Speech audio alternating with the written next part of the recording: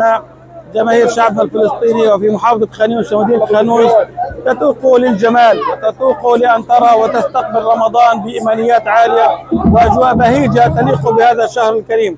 ثانيا الرسالة أن هذا الشعب شعب منظم يسعى إلى التطوير والتنظيم والتغيير للخير والأفضل دائما. اليوم نحن أمام حالة نموذجية في كل قطاع غزة، حيث أطلقنا المبادرة من هنا. كما يساهم أهل الحي نحن نساهم في البلدية من أجل ترسيخ مفهوم الشراكة. اليوم بفضل رسخنا الشراكة هنا، الحفاظ على كل المخدرات. أهالي الحي ساهموا بمبالغ كبيرة ونحن ساهمنا أيضا بمبالغ كبيرة من أجل تطوير وتجميل وتزيين هذه الحارة، وصولا إلى تزيين كل إن شاء الله محافظة خان يونس وكل الوطن.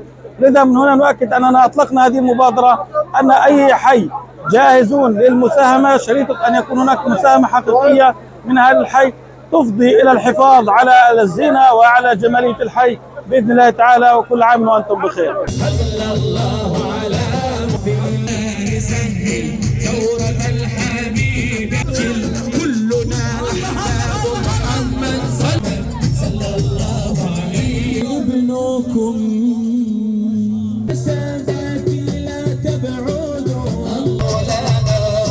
صلوا عليه.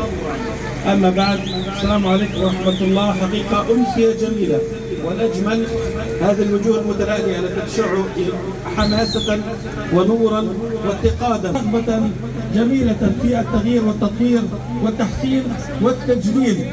اليوم بفضل الله تعالى نلتقي في هذه الأمسية الرمضانية الجميلة، في هذه الأمسية الدينية التي نلتقي بها.